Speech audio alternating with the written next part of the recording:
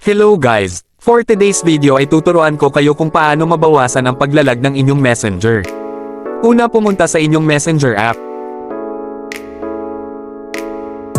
I-click ang 3 lines sa taas. At pagkatapos i-click naman ang settings.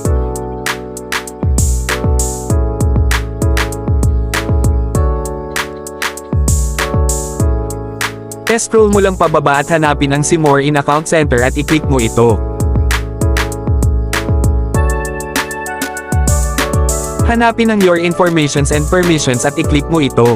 At pag na-click mo na, i-click mo naman ang Search History.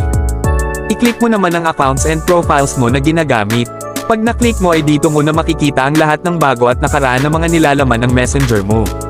Para naman ma-delete, click mo lang ang X na nasa tapat ng mga pangalan. At yun lang guys, ganun lang kadali at sana nasundan nyo ng ayos at sana din may natutunan kayo. Huwag nyo naman sana kalimutan na i-share ang video na ito para naman malaman din ng iba. At kung nagustuhan mo ang ganitong video ay paki-like at comment ka na lang sa baba. At sa mga di pa naka-follow dyan ay baka naman